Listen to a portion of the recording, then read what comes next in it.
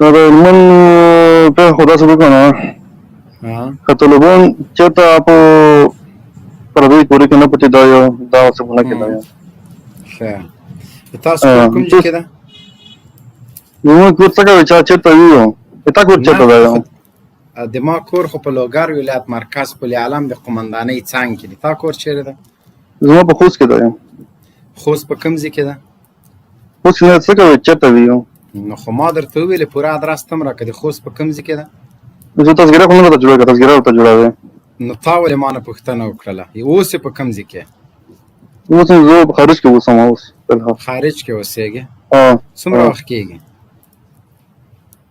دا اووه اته کاله کېږي. کله کله کور ته ټلیفون کوې؟ کورنۍ سره دلته یم. ښه کومه شپه د تاسو په کور کې د تره زامنو په کور کې کوم طالب شپه کړې ده په زوره درغلي دي؟ خوست ته خو راتلی نه شي. دا خو معلومه خبره ده چې خوست نشي راتلی. څنګه نشي راتلی؟ څنګه نشي راتلی؟ څو ورځې مخکې څومره درته مردار کړه؟ دا چېرته و؟ دا روزانه د بازارو کې دا کمپانیانو مردارۍ غزوي کوم ځای؟ که تاسو کمپین څونه مردار کړو په دسمبر کې نو خو دغه بحث د مونږ نه ده که نه ته وایې خوست ته راتللی نشي. خوست کې په زرګونو نشي راتلی. څنګه نشي راتلی؟ ته په خارج کې تښتېدلی له بچیو سره د تللی خو دا کوم اروپایي ملک کې سوسیال به خورې چېرته به سپي مینځې. ته د افغانستان له حالته څه خبر یې؟ په رامندایي کې د غڼو وایم دغسې سک شوی مبین صاحب محترم ما تاسو ته اول وویل چې ګورئ د دې خلکو نه دا تمه مه کوئ چې دوی ولې غلي دي. دوی د غلي وایي دوی د الله تعالی د مرګ په خوب غلي کي. دوی د چپ وي هېڅ موږ دوی ته اړتیا نه لرو چې دوی د دې ظلم وحشت په اړه څه ووایي. د ژړا او د فریاد خبره دا ده، د غم خبره دا ده چې دې وحشت دوی توجیه کوي. د کابل ادارې د ملیشو دغه وحشت توجیهوي. تاسو د دې سړي د استدلال او منطق وګورئ.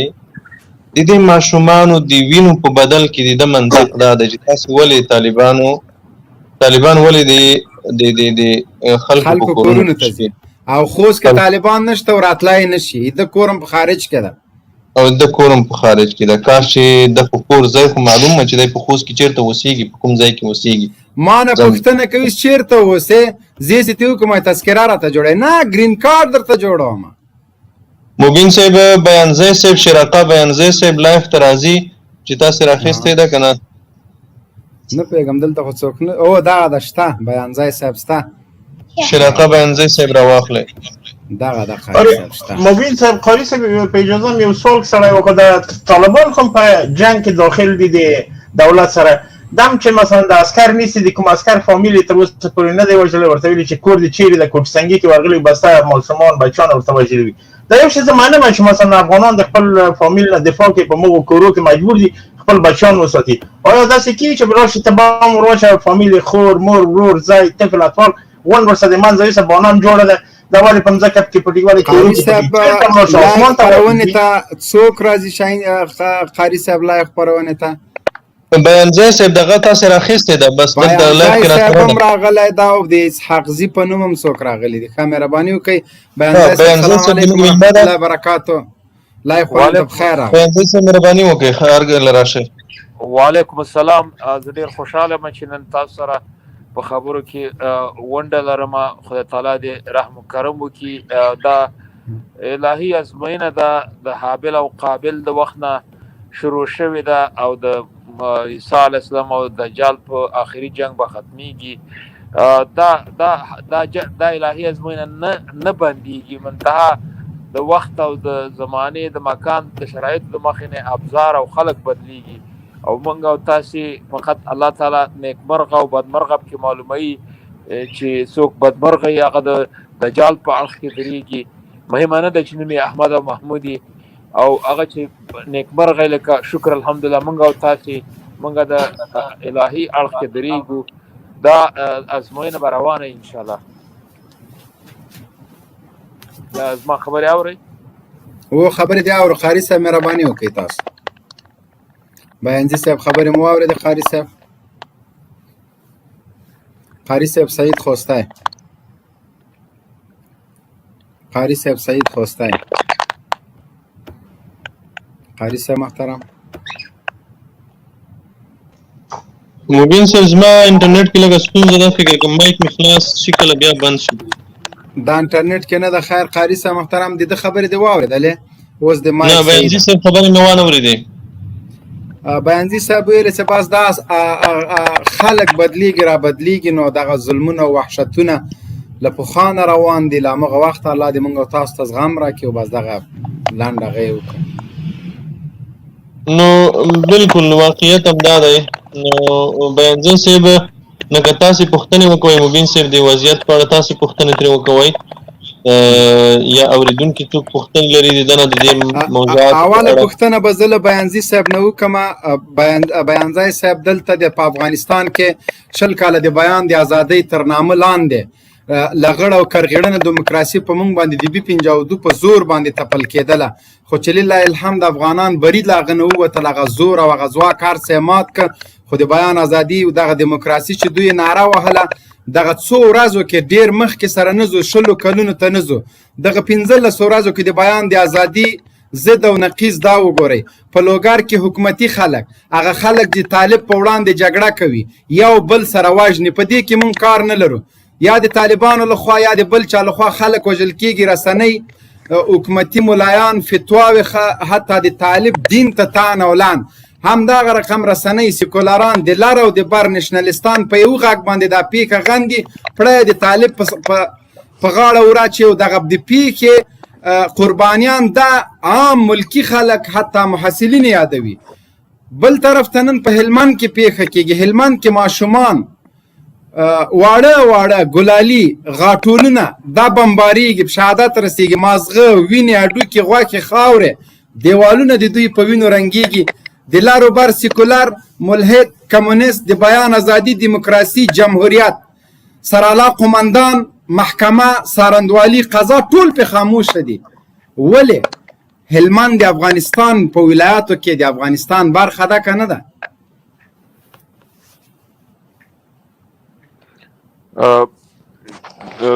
مبین صاحب تاسو خبرې سوال خلاص پوښتنه خلاص هو نو زه داسې فکر کوم چې دا دیموکراسۍ سره کوم غلط دغه نه دی. دیموکراسي اصلا هغه مخ او سټ لري.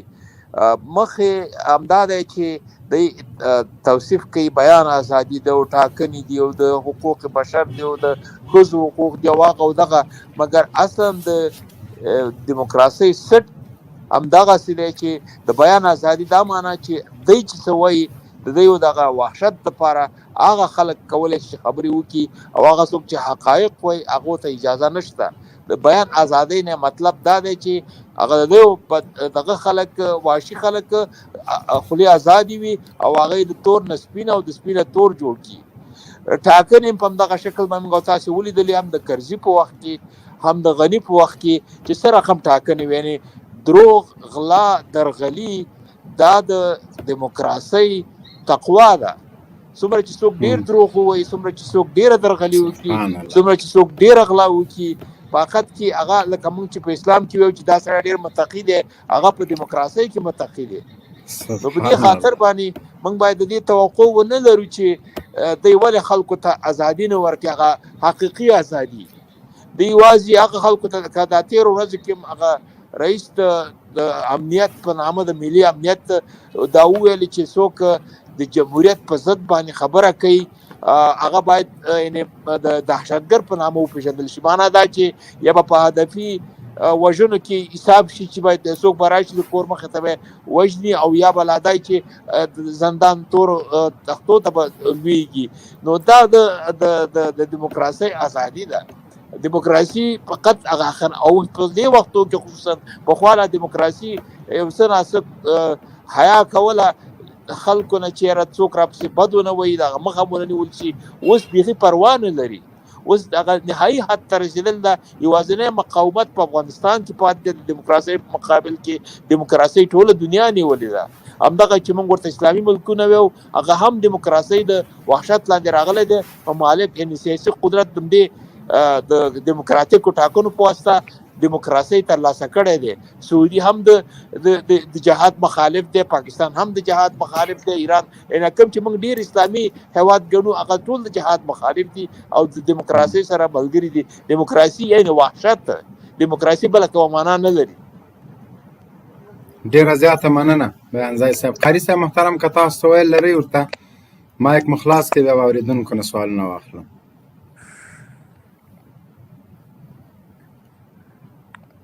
بهترینه تعریف د دیموکراسۍ وکړه الله.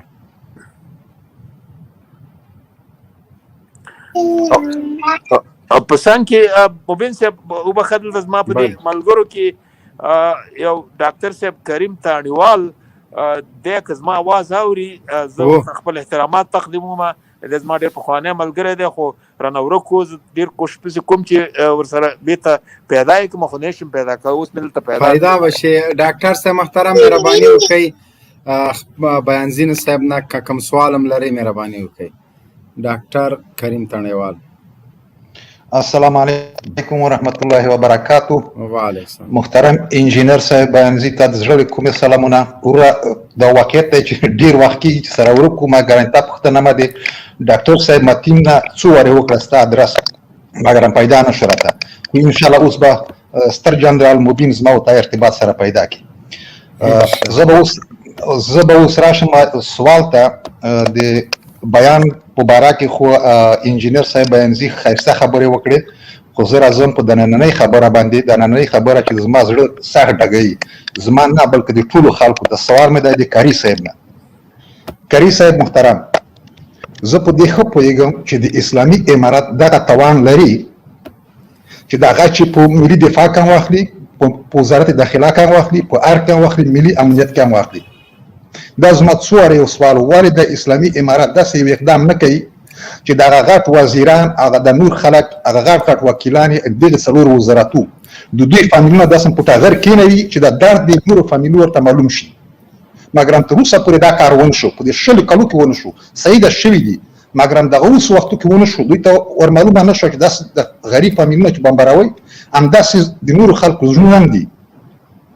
دا مې یو سوال دی چې ولې نه کېږي دا کار په دې خلکو باندې. د عسکر چې عسکر ته خو دوی امر وکړي خو ځي جنګ کوي، د بل ته دوی امر وکړي پیلوټ ته چې ځه بمبار وکړه، هغه سړی چې د امر کوي هغه تر چپو لاندې ونیسئ چې دوی ته هم درد معلوم شي. بس همدا مې یو کوچنی سوال و. بیانځي صاحب سره بیا ارتباط پیدا انشاءالله. بیانځي صاحب تاسو ته هم په احترام زه به دا سوال جواب کوم. ډاکټر صاحب نور ملګري ډېر کوشش دا کوي چې تاسو نه سوالونه ولري. تاسو د دیموکراسۍ په اړه د غرب د دغه فکر په اړه چې افغانستان ته راوړی د دې په اړه ملګرو ته توضیحات ورکړئ. ډاکټر صاحب محترم، موږ دا جنگ او مبارزه دا جهاد ده، او جهاد په اسلام کې خپل چوکاټ لري، خپل اصول مقررات لري. همدا دلیل دی چې موږ ته اسلام چې د کوم شي اجازه نه راکوي هغه موږ نه کوو. ډاکټر صاحب محترم، تاسو په تیرو 20 کلونو کې په جریان کې یو وار نه، 2 وارې نه، 100 وارې نه، په زرګونه وارې، یعنی که زرګونه ووایم کم به وي، داسې شوي دي چې د موږ د مجاهدینو د شهیدانو جسدونو ته دوی سپکاوی کړی ده. په برچو یې والي دي، په اورې سیزلي دي، په موټرونو پسې کش کړي دي، او ډول ډول بې عزتۍ د دوی مړي په ښارونو کې ګرځولي دي. ډېر یعنې په هر ولایت، هر ولسوالۍ کې به دا پېښه شوې وي. زموږ په خپل منطقه کې شوې ده. مجاهدین شهیدان توهین کړی ده، د شهیدانو د جسدونو توهین کړی ده. خلک ورغلي دي، کلي منطقي خلک چې ګورئ دا د شهیدانو توهین مه کوئ، دا خو مړي دي، بس چې مړ شو ستا چې کوم پور په ده باندې و هغه حق ختم شو. د وژلو پور دی، و د وژلو نور دا سړی دا توهین یې مه کوه. دا د موږ تاسې د کلتور خلاف ده، د اسلام خلاف ده. هغه خلک یې هم والې ټکولي دي چې ته طالب یې، ته پنجابی یې، ته د عیسی غلام یې. خو په مقابل کې تر اوسه پورې ثابتولی څوک نشي چې اسلامي امارت مجاهدینو ته د دوی د مړو سپکاوی کړی وي، یا د دوی مړي په خنجر ووالی وي، یا د دوی بې عزتي کړې وي، یا د توهین کړی وي، یا د دوی مړي په موټرو پسې کش کړي وي. دا ولې موږ نه کوو؟ موږ یوازې په دوی باندې حق دی وژلو ده چې وی وژنو، په دا سر یې وولو. دې نه ای طرف ته موږ ته الله اجازه نه راکوي، شریعت اجازه نه راکوي. موږ دا جنگ خواهشاتو جنگ نه ده. که چېرته دا جنگ د خواهشاتو جنگ شي، ډاکټر صاحب محترم تا ته بهتره معلومه ده، ته ما پیژنې، که دا جنگ د خواهشاتو جنگ شي، زما 2 وروڼه دغو امریکایي ګوډاګیانو شهیدان کړي دي، زه هېڅکله هغه نه معاف کوم. خو که چېرته د اسلامي نظام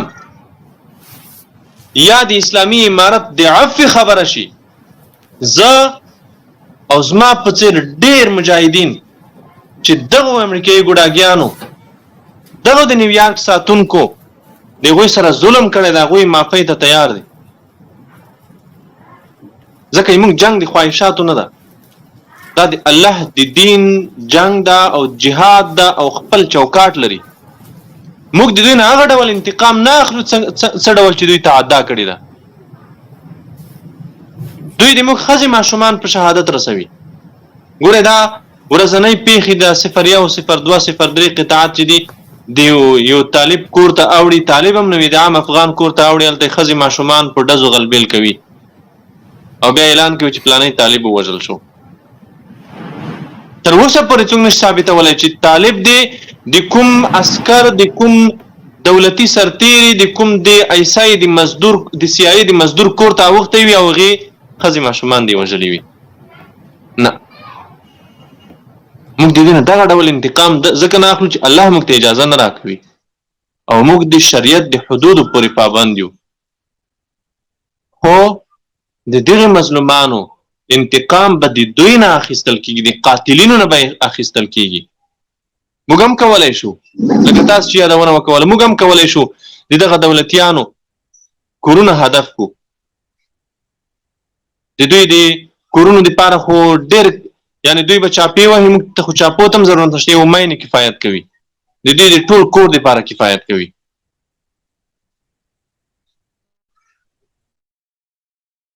ډېره زیاته مننه خارثه محترم. شاهین صاحب سوالونه که هغه ته بیانځي صاحب ته راجع کړو، دا د موږ میلمه ده نن. بیانځي صاحب دلته یو سوال ده چې بله ورځ فراه کې طالبانو یو څو عسکر ونیول چې هغو جسدو ته د شهیدانو ډېر توهین کړی و. هغه یې بیا پسې په وضع دوی چې مثلا فامیلو ته یې دوی ضرر ورسېد، دوی په خپله جزا د اعمالو باندې ورسېدل. نو دغه کار ولې دغه دولت نه کوي؟ مثلا طالبان دې ووژني، صحیح، طالبان خو ورته راوتلي دي همدو جهاد ته، نو ولې دوی د فامیلونه د دوی د منځه وړي؟ څه علت دی دوی؟ څه خبر؟ زما آواز اوري؟ بالکل آواز هم شته. آواز دی اورم محترمه. نو دا ډېره ښه پوښتنه ده. اصلا خبره دا ده چې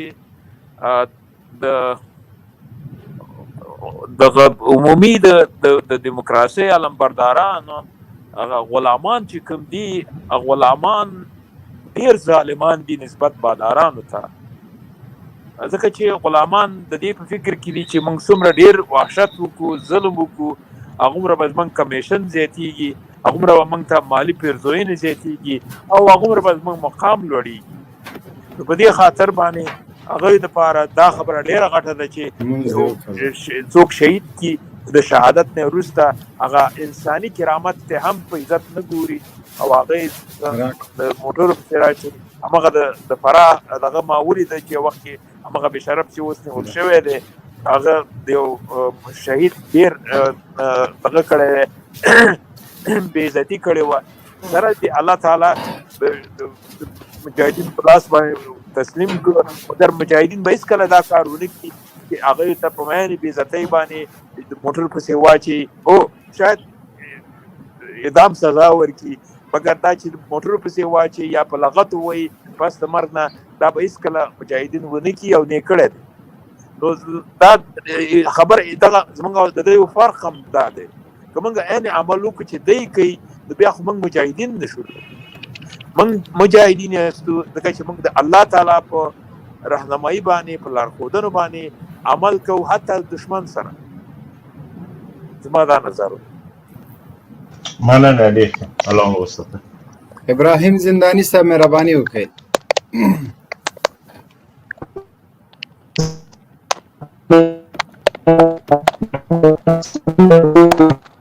مبين سره غږ خراب دی ابراهیم صاحب. منصور صاحب ته واخلئ. منصور صاحب ته منصور صاحب مبارک مایک هم خلاص دی. منصور صاحب مایک هم خلاص کړه. د دغه هم دغه حال ده ځه. او مغه ماشاءالله ډېره ښه تبصره یې ریحان صاحب مایک هم خلاص کړه. السلام علیکم ورحمۃ اللہ وبرکاتہ. الله پاک مو کې جوړه بس په جامو کې خصوصا کرسم محترم د مبین صاحب شاهین صاحب تاسو نو ملګرو سلامونه مالا پاک جنتی کا الله پاک حفاظت کا لکاری صاحب نے سوال تقریبا تدغل سوال تدغل لك وتلي مبین صاحب محترمه مال شي د اسلامي مال سره رب جل جلاله مکچیر راس چې دغه دی بعض علماء کرام چې دغه يهودو نصارا سره ولادي الله پاک د شاهین صاحب आवाज नहीं कर रही मोमिन साहब. खुबाइब कुंदुजाई साहब मेहरबानी होगी. सलाम अलैकुम. वालेकुम सलाम वरहमतुल्लाहि वबरकातुह. मोबिन साहब محترم زم په خپل وار باندې سلامونه نیکې هیلې احترامات وړاندې کوم. قاری صاحب تاسو ته زه د قاری صاحب نه یو پوښتنه لرم. قاری صاحب سره لږ تبصره ور باندې غواړم. کوم خلک چې 20 کاله د امریکایانو غلامي وکړه د امریکایانو سره څنګه وګرځېدله او دوی د وطن د کفن نارې ویلې کله چې بیا د طالب په جړه کې دوی ګیر سوله بیا دوی دا نارې هم ویلې چې هلئ موږ مړه کېږو موږ ته روغتیا ورسوي د طالب د جسدو سره دوی رقم بې حرمتي او رقم تشهداتونه او ظلمونه کړي دي. په دغه قاري صاحب لږ تبصره راکړي نو ډېر وښي. راتب سوال پوه شاهین صاحب نه پوه نه شم ما تبصره غواړي.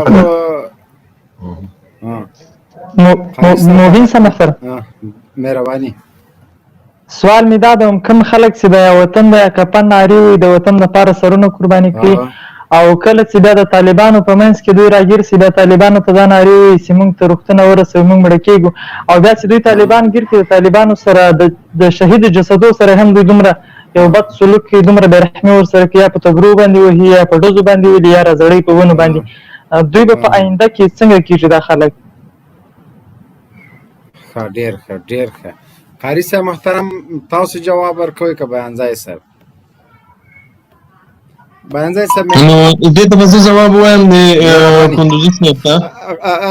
قاري صاحب یو شته د فکري دا د کندوزي صاحب ډېر ښه دا ځوړندول ټانک پورې کشول په تبرونه یوه پېښه نه ده رښتیا وایي دا اخر تر کله پورې؟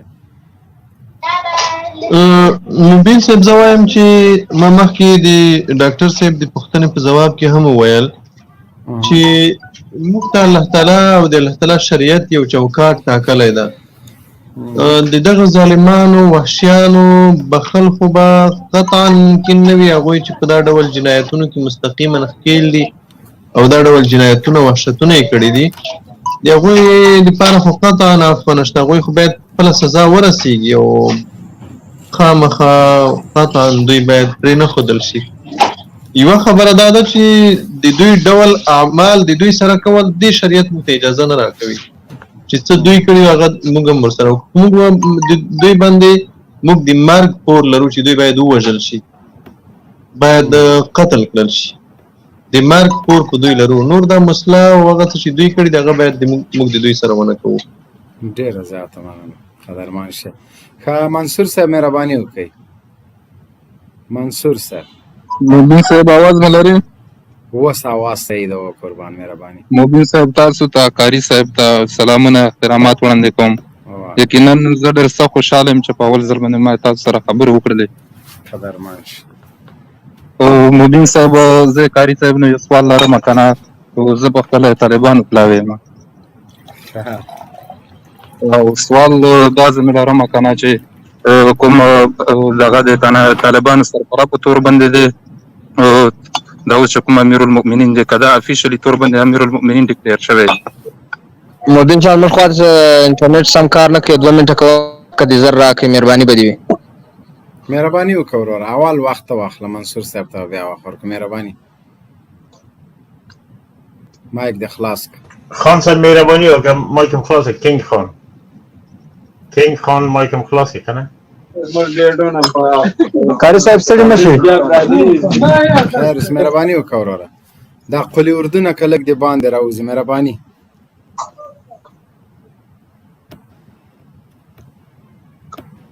ښه انټرنیټ کار پرېښود مهرباني وکړئ منصور صاحب تاسو مبین صاحب تپوس مې دا کولو کنه چې زه خپل طالبانو پلاوی یم کنه زه تاسو تندریز اواز ته روزانه په ډېر سخت په شوق باندې ناست یم کنه او د څو ورځې نه زه ګورم کنه چې قاري صاحب نه راځي نو مونږ خواهش دا دی کنه چې قاري صاحب روزانه راشي چې مونږ د بیانونه ورو الحمدلله منصور صاحب قاری صاحب داسې ورځ نه وي چې زه بغیر د قاری صاحب لایف نه راځم هره ورځ ما سره وي خدای لږ وروسته راځي لږ مخکې ځي مصروفیات ډیر دي نو بس مهرباني وکړه بس قاری صاحب علمي شخصیت زه الحمدلله مونږ ډېر سخت ورته خوشحالېږو کنه چې په کومه ورځ باندې قاري صاحب نه ورو کنه بېقرار او مبین صاحب تاسو اول په مونږ ډېر په تمه باندې راسو مهرباني اوس که کوم سوال لرئ وروره د دې په مهرباني که تاسو اجازه کړئ نو د موضوع نه بهر یو سوال لرم مهرباني وکړئ مبین صاحب سوال دا لرم کنه چې کوم هیبت الله خونزاده صاحب دی کنه نو دا بین الاقوامي سطح باندې امیر المؤمنین ټاکل شوی دی که د طالبانو سربراه دی یو سوال مې دا دی او بل دویم سوال دا لرم کنه چې نبی علیه السلام فرمان دی کنه چې الائمة من قریش نو که چېرته دا امیر المؤمنین ټاکل شوي وي نو دا خو د قریشو نه نه دی نو په دې واړه باندې زه درنه وضاحت غواړم ابا ته لږ پویه را قدرمن مهرباني وکړئ قاري صاحب محترم نو دا ورور ته به زه ووایم چې دا موضوع شاید مخکې هم څو وارې موږ واضحه کړې وي او تشریح کړې مو وي امیر المؤمنین چې دا د افغانستان قاری صاحب غږیږي لایف یې ووایه خیر بل به ور واچو څه ورته بل پیج راواچو سمه ده تاسو غږیږي لایف هغې نو چې دا د امیر المؤمنین دا د افغانستان امیر المؤمنین ده نو دا خو خلیفة المسلمین نه ده او خلیفه دپاره شرط دا ده چې خلیفه به قریشي وي هغه هم د په هغې کې هم اختلاف ده هغه رایه متفقون علیه نه ده چې خلیفه به قریشي وي خو د اکثرو رایه دا ده چې خلیفه به قریشي وي هغه خلیفه چې هغه د ټولې دنیا د مسلمانانو امیر وي او د ټولې دنیا د مسلمانانو خلیفه وي هغه به د قریشو نه وي د اقلیمونو او د خاصو اقلیمونو عمرا چې دي هغې دپاره قریشیت شرط نه ده د اسلام تاریخ ته که موږ تاسې وګورو هم او همداسې که چېرته احادیثو ته سیرت ته هم وګورو نو د عمراو دپاره قریشیت شرط نه ده نو امیر المؤمنین چې دا د افغانستان دپاره امیر المؤمنین د افغانستان د مؤمنانو امیر دی نو دغه شرط چې تاسو کوم وړاندې کړو دا دلته نشته ډېره زیاته مننه ښه دغه بل ورور مننه خیر صاحب یو بل سوال هم لرم مهرباني وکړئ مبین صاحب خبره مې دا کوله کنه چې نن سبا د پښتانو د تحفظ په نوم باندې دا پښتون تحفظ مومنټ والا راوچت شوي دي یقینا چې موږ خپله په ځان باندې شپه ورځ یوه کړې ده کنه د دې د مبارزې دپاره خو خلکو ته هم د دې آواز دې قطع شو منصور صاحب ښه زاهد افغان صاحب سلام علیکم وعلیکم السلام مبین صاحب غږ مې لرې و غږ دې لرم مهرباني وکړئ سوال ته مو راشه مبین صاحب تا ته قاري صاحب ته بیانځی صاحب شاهین صاحب په استدیو کې کسان نور چې څوک موږ ګورو ټولو ته خپل احترامات وړاندې کوم مبین صاحب قاري صاحب نه پوښتنه لرم قاری صاحب محترمه شیخ الاسلام ابن تیمیه حنبلی مذهبی ده او تر ډیره افکار غیر مقلدینو ته نږدې دي دی د هغه دوران سړی دی چې کله مغولو په دې ملکو باندې حمله کړې وه هغه وخت سره چې دنه پوښتنه وشوه چې دغه خلک چې د بهرنیانو سره یا د اشغالګرو سره په سب کې ولاړ دي منځونه کې روژې نیسي او مسلمانان دي د دغه مرګ موږ ته څنګه ده بیا د په جواب کې ورته ویل که چېرته زه ولیدلم چې قرآن مې په سر نیولی و او د دوی په صف کې ومه، نو ما ورسره قتل کوي، پرې مې نه دی. او بله تر دې چې ابن تیمیه د امت علماو ده ته د شیخ الاسلام لقب ورکړی دی، تر ډېره د روژې او د مانځه په اهمیت باندې ډېر پوهېده، زموږ نه ډېر پوهېده په دې اهمیت باندې. نو ولې دغه خلکو قتل ده روا کړی د قاري صاحب محترم؟ زاهد صاحب محترم، دغه سوال مهم دی. ګورئ دا تاسې به ډېر وخت دا خبره اورېدلې وي که نه، دا د امریکایي ملیشې چې دي دوی خو دا نمایشي کارونه هم ډېر دي، کله په جومات کې ناست وي، لمونځونه کوي او تلاوتونه سپارې ورسره وي، روژه ماتي عکسونه وباسي چې موږ مسلمانان یو، فلان ده او فلان ده. دا شیان چې دي یعنې دوی داسې فکر کوي چې یو وارې سړي کلمه وویله او د دوی دغه درباري ملایان چې دغه هم دا خبره کوي، دا استدلال کوي چې کلمه یا بله ورځ هغه د پیغلې زوی چې ده هغې هم دا خبره کوله په خپلو خبرو کې چې یو څوک چې کلمه ووایي د هغې مرګ بیا څنګه روا ده، د هغې مرګ نه ده روا. نو موږ دوی ته وایو چې تاسې د اسلام د تاریخ نه ناخبره یې، د اسلام د سیرت نه ناخبره یې، د نبي کریم صلی الله علیه وسلم د سیرت نه. همدا شیخ ابن تیمیه او د نورو علماء کرامو د ټولو ائمه ثلاثو د درو مذهبونو د امامانو فتوا په دې باندې ده چې کله هم یو څوک د یو کافر سره ملګری شي د خپل مسلمان په ضد، دا کافر ګرځي، دا خارج د ملت نه ده او دغه عمل سبب د ارتداد ګرځي، دا سړی مرتد ده. ما په یو اوږده لیکنه کې د دې دپاره 12 دلایل هم وړاندې کړي دي، د تاریخ نه مې 12 دلایل ویلي دي په مستند ډول. دا خلک مرتدین بلل شوي دي. اسلامي امارت چونکې په دې کې زیاته برخه هغه د احنافو ده، حنفي فقهاو ده. نو حنفي فقها چې دي د موږ احناف چې دي هغه په تکفیر کې احتیاط کوي، د کفر په حکم کې احتیاط کوي، ډیر زیات احتیاط کوي. دې وجې نه د موږ علما دوی ته کافر نه وایي، د کفر حکم نه پې کوي. که نه د نورو ائمو په نسبت دا خلک کافر دي، دا مرتدین دي، دوی مرتدین بلل شوي دي. د اسلام په تاریخ کې چې کله هم یو پردی کافر د مسلمان خاورې ته راغلی ده، کوم مسلمان د نورو مسلمانانو په ضد د هغې سره مرسته کړې ده، هغې ته د مسلمان د کور جاسوسي کړې ده، مسلمان کور ته یې وروستلی ده، مسلمان یې ورته نیولی، وژلی، تړلی ده، هغې ته مرتد ویل شوي دي. هغه مرتد ده، د اسلام نه خارج ده. هغه باید د مسلمانانو په هدیره کې دفن نشي، هغې باندې باید جنازه ونه شي، هغه خارج د ملت د اسلام نه ده.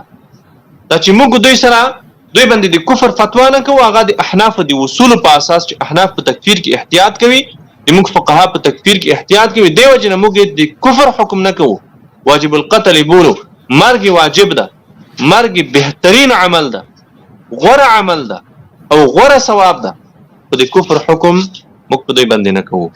او دا تاسو چې یادونه وکوله دا د امام ابن تیمیه قول ده، لو رأیتمونی فی صف الکفره والمصحف على رأسي فاقتلوني.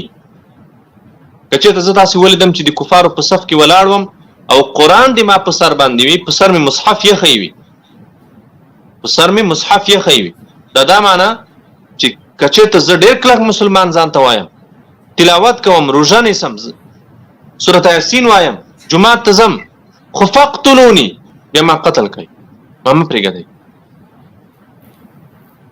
دا د اسلام حکم ده چې کله هم یو کافر د مسلمان د کافر په صف کې ودرېږي.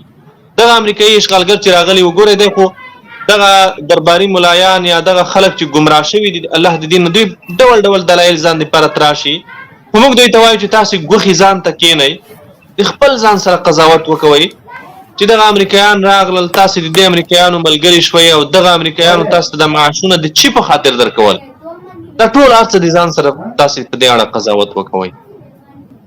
تاسو دغه کفارو د معاش تنخواه وسایل په دې خاطر درکول چې خپل افغان مسلمان در باندې ووژني، د خپل افغان په کور به چاپه وهي، خپل افغان به ولې نیسي به یې تړې به یې وژني به یې د هغې د کور جاسوسي به کوي، هغې حالت به راوړي.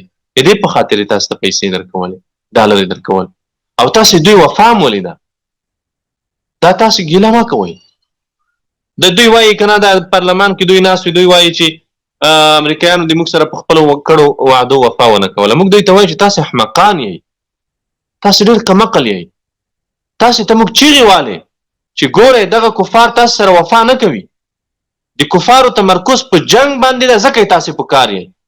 کله چې کفار د جنګ ولویږي تاسو به په خوشي تشي میدان داسې پرېږدي لکه شاه شجاع چې ملت ته پرېښو انګریزان ترې وتښتېدل، نجیب پرېښو روسان ترې وتښتېدل.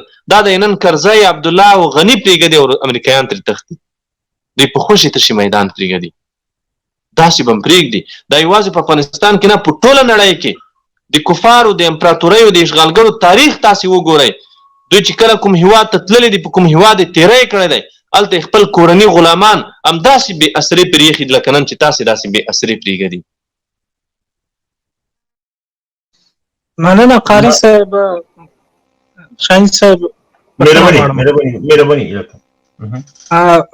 قاری صاحب محترمه، بله ورځ هم زبیل مجاهد صاحب سره د بي بي سي مرکه وه، خو هغه پوښتنې زر مطرح کړې، هغه تشریح ته پرې نه ښوده. یوه خبره دلته ډېره کېږي چې دا وایي چې اوس خو کافر ځي جهاد له چا سره. دغه خبره دوی ډېره تکراروي، رسنۍ هم تکراروي او د کابل ادارې چارواکي هم تکراروي. قاری صاحب محترمه، یعنی د دغه خبرې مطلب دا ده چې یعنی مخکې د دغه نه مخکې چې دلته امریکایان وو یعنی جهاد روا و، دوی ولې دغه 20 کاله دې مبارزې ته د پاکستان او د پنجابي نوم ورکاوه چې اوس وایي چې اوس خو امریکایان ځي تاسې جهاد د چا سره کوي. خدا مخکې چې ما دلته د 20 کاله مبارزه وکړه، 20 کاله مې امریکایانو سره جنګ وکړ، تا ولې دې ته دغه لنډ ویډیو کې دا موضوع واضح کړه. ما دا موضوع واضح کړې و، اشرف غنیم څو ورځې مخکې دا خبره وکوله چې طالبانو ته نور د جنګ دلیل نه ده پاتې. تا دومره احمقان دي چې په خپل ځان باندې دلیل وایي، په خپل ځان باندې استدلال پیش کوي.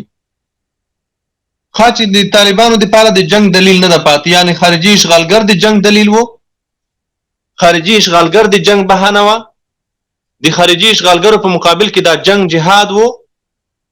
نو که تا هغه جهاد بللی وي، نو خو چې د خارجي اشغالګرو په مقابل کې زما مبارزه جهاد و، خو ته هم 20 کاله د خارجي اشغالګرو ملګری وي. داسې خو نه ده چې خارجي اشغالګر نن وځي او ته راغلی، داسې خو نه ده که نه. خو ته خو 20 کاله د دې خارجي اشغالګرو ملګری پاتې شوی، مکمل جنګ یې د تا په مټو کړی ده. زما کور خو امریکایي ته نه و معلوم، زما نوم خو امریکایي ته نه و معلوم. موږ د امریکایانو سره بندیان وو، دا د موږ نومونه به دوی ډېر په تکلیف زده کول، ډېر په تکلیف به یې اخیستل، او دغه افغان ترجمان به ور زده کول، افغانانو به ور زده کول، د منطقو نومونه به یې ډېر په تکلیف زده کول. زما نوم یې نه و زده، زما د کلي نوم یې نه و زده، زما د کور معلومات یې نه و د سره، خو تا ورکړل. نو 20 کاله چې ته د ده ملګری پاتې شوی، اوس د دوی د تېښتې نه وروسته ته سپین چرګ شوي، ته د دې هېواد واکمن وي، ته د دې هېواد سرتېری وي، ته د دې هېواد یو ساتونکی وي؟ نه، قطعا نه. که یو وارې هغه جهاد مبارزه زما جهاد و، نو بیا اوس هم جهاد د تر څو پورې چې تا هم ووژنم یا تا هم تسلیم شي اسلامي نظام ته غاړه کېږدي. او که بیا هغه هم د پنجاب او د عیسای جنګ و، د هغې د ګټو دپاره جنګ و، بیا اوس هم روان ده. نو بیا دلایل مت راشه، بیا جنګ ته زور ورکه، بیا دا خبرې مه کوه چې بهانه یې ختم شوه او هغه دی و دغه دی. مننه قاری صاحب. بله ورځ آخري پوښتنه کومه قاری صاحب چې نور ملګرو ته وخت ورسېږي.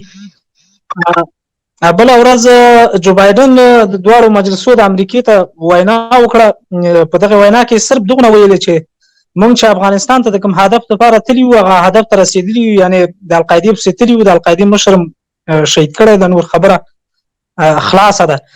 دلته نه ویل چې دلته 20 کلنې راسته راوړنې وي، دلته د ښځو حقوق دي، دلته د بیان ازادي ده، یا دلته دغه لکه څنګه چې دغه د کابل چارواکي دا نغاره غږوي چې دا دلته 20 کلنې راسته راوړنې دي، د دې نه موږ نه تېرېږو، د ښځو حقوق دي.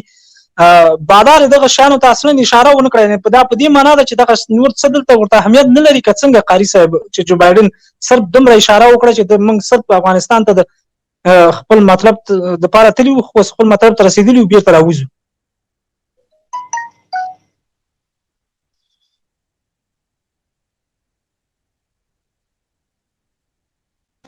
قاری صاحب سوالم وخت او بالکل نو یو خبره خدا ده چې جو بایدن په خپل خبرو کې وویل تاسو ته معلومه وي چې 2,440,000 سرتیري دي موږ وژل شوي دي او تر اوسه پورې ټولو کورنیو بهرنیو رسنیو همدا خبره کوله چې 2,500 سرتیري وژل شوي دي. دا یوه خبره. دویمه خبره دا ده چې دلته امریکایانو 100 کاله جګړه وکړه او په جګړه کې مطلقاً ماتې وخوړه، جګړه کې ناکام شول. دوی جنگ نشي کولی. که دوی جنگ کولی شول دوی په دې حالت نه وتل. افغانستان ته دوی د 100 کلونو دپاره نه وراغلي. دا په تریلیونونه ډالر او 2.5 لکه 2 لکه 40,000 د دوی سرتیري وژل کېدل. دا د دې لپاره نه ورغلي چې 100 کاله بعد به دوی ځي. او تاسې به چې کله د ګوډاګیانو نه پوښتنه کوله هغوی به درته ویل چې امریکایان چې کوم ځای ته نتلي دي هغې ځای نه بیا نه دي وتلي. په مثال کې به یې درته جنوبي کوریا پیش کوله، جاپان او جرمني به یې درته پیش کول، او سعودي او کویت به یې درته پیش کول، او قطر دا هېوادونه به یې درته پیش کول چې هغې ځای نه دوی نه دي وتلي. موږ به دوی ته ویل چې ګورئ افغانان پردي نه مني دلته، تاسې به دا وګورئ، د سر په سترګو به یې وګورئ. هغه د تاسې وینئ امریکایان دلته ماتې خوړلې ده. امریکایان دلته جنگ نشي کولی، جنگ یې بایللی ده.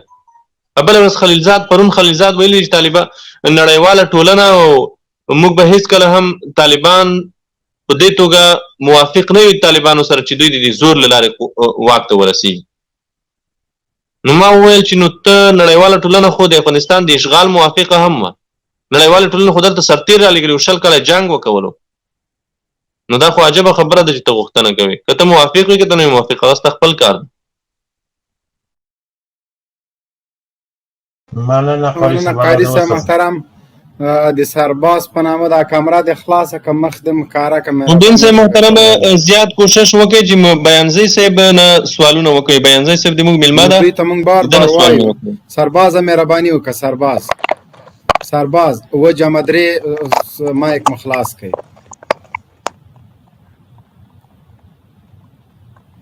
دغه لرې که خبرې وکړه مایک د خلاص که دا دلته ما سره ایښی ده دغه ده دغه د ماشومانو سره هم ده. او دې دپاره موږ نه یو راغلي دلته یو بل ته چې وکړي. هغه پکې د مخابره د پلاستیکي دا وینې.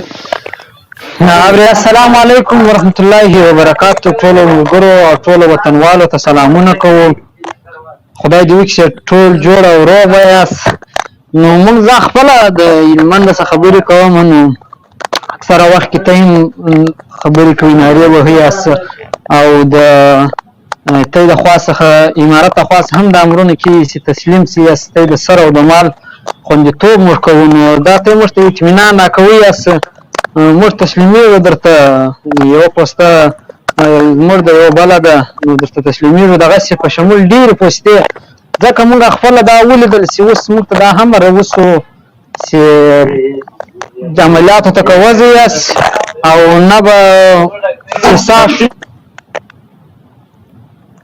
چې عملیاتو ته وځئ یاست ساه شورې په کښې کې په یو شي کې هغه وهلی یاست.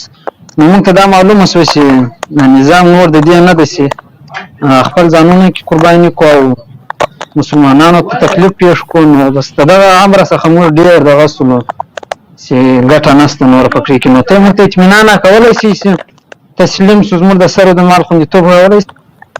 هو بله شپه مې هم درته ویلې سرباز وروره الله د ټولو افغانانو ته د حقیقت او د واقعیت د درک کولو توفیق ورکړي چې د حقیقت درک کړي او د دې جګړې ماهیت وپېژني چې دا جګړه د څه دپاره روانه ده، د چا د ګټو دپاره افغانان وینه ورکوي، د چا د ګټو دپاره دغه د 100,000 د 15,000 افغانیو مزدور عسکر خپله وینه تویوي. تاسې ته محترمه د اسلامي امارت غیږ خلاصه ده، اسلامي امارت غیږ تاسې ته خلاصه ده. په تیرو 100 کلونو کې خصوصا له هغه وخت راهیسې چې اسلامي امارت د جلب و جذب کمیسیون جوړ شوی ده، تر اوسه پورې هم کوم عسکر ته د تسلیمۍ جمله نه ده کارول شوې. مبین صاحب تاسې دې نکتې ته متوجه یئ؟ کله چې عسكر تسلیمیږي هغې ته د تسلیمۍ جمله نه کارول کیږي، هغې ته ویل کیږي چې د اسلامي امارت سره یو ځای شو. تسلیمي نه کارول کیږي د دې په خاطر چې دغه عسكر دا احساس د کمترۍ ونه کی، احساس د ذلت ونه کی. ته موږ ته تسلیمیږي نه محترمه، ته زموږ سره یو ځای کیږي، ته افغان یې، ته د ما ورور یې، ته د دې خاورې بچی یې. ستا کونډه یتیم ما ته پاتې کیږي، ستا کونډه یتیم دې ملت ته پاتې کیږي. تا که زه ووژنم خپل ځان وژنم، خپل افغان ورور وژنم، ته د بل چا د ګټو دپاره قرباني کیږي. زما ارزو له تا څخه دا ده چې ته باید نور واقعیت درک کړي. اسلامي امارت تا ته ډېر احترام لري.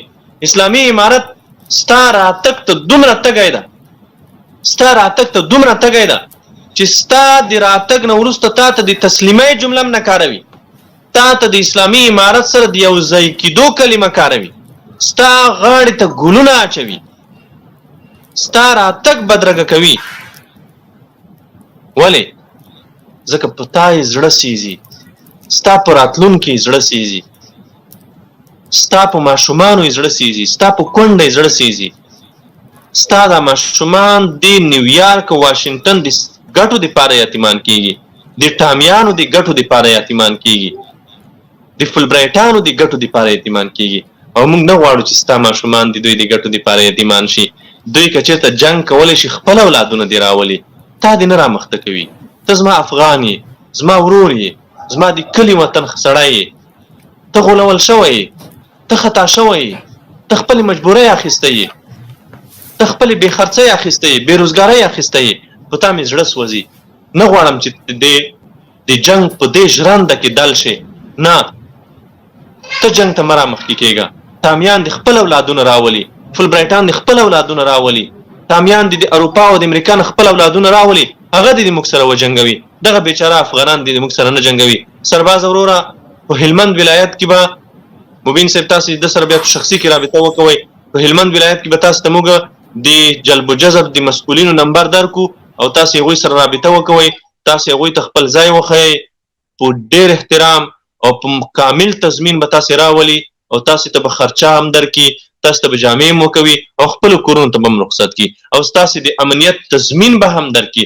او که تاسو د اسلامي امارت په صف کې خدمت کولو، تاسو ته هرکلی هم وایي، تاسو ته موقع د خدمت هم درکوي. مننه، ډېره مننه. معلومه شوه موږ ته خپله مې 8 کاله کېږي چې په دې لیکو کې کار کوم، خو کله چې موږ جګړې ته تلو د قومندان نوم به نه درخم. دی کله موږ ته وایي چې ته به دا قومنداني دا پلانکی منطقه ونیسېږه، پلانکی څه په لاس درکوم، د پلانکي سیمې مشر کوم دي. نو موږ ته دا معلومه شوه چې دوی موږ د وینو تویول غواړي، خپله مخ ته نه ورځي. نو موږ ډېر وخت هغه وکړله خو وپاین کې ونه لیدله. هغه د موږ ته څومره وخت موږ وجنګېدلو، د پلانکي د ترهګرو د هغه په نامه یې وغولولو چې دلته ترهګر دی داسې دی. نن دی هغه دی ځي امریکایان په خپله مخه ځي او موږ ته موږ خپل افغانان یې سره پرېښولو، نه ترهګر سو، هېواد یې بېرته هغو طالبانو ته په لاس ورکوي. نو دا معلومه خبره شوه چې دا هېواد د طالبانو خپل هېواد زموږ وروڼه دي. نو موږ اوس پوه شو ډېر. نو بیا هم د هلمند مجاهدینو څخه هم دا غوښتنه ده چې موږ ته شفره وټاکي چې په دا شفره باندې موږ ته راځئ، زموږ غېږه درته خلاصه ده. بس د زړه ته مې لېږي که 2 ورځې یا 3 ورځې نور وخت وانخلي، د هلمند عسکر به انشاءالله ټول تسلیم شي کوم چې موږ ورته ګورو. ځکه خوراکه هېڅ اقتصاد یې بیخي کمزوری دی چې د خوراکه موږ تنګر سره نه ده رارسېدلې. د پخوا خوراکه اشره راته پرته ده، هغه یې څه دغه کوو. بس انشاءالله بس الله مې موږ ته سره یو ځای کړي، الله د افغانستان یو اسلامي نظام راولي پکښې کې، ټول مسلمانان سره کې سرونه کې خوندي شي. نو موږ چې په حقیقت کې وخت کې موږ جنګېدلو خو د وطن دپاره جنګېدو. نو اوس پوه شو چې د وطن دغه نسته، موږ ډېر سر اوس خلاص شو ګپ ته. خو بس مخکې موږ ډېر دغه سولو وغولېدلو. بس د خپلو مجاهدینو هم بیا هم بخښه غواړو چې 8 کاله مې په دې سب کې تېر کړي دي. نو غټه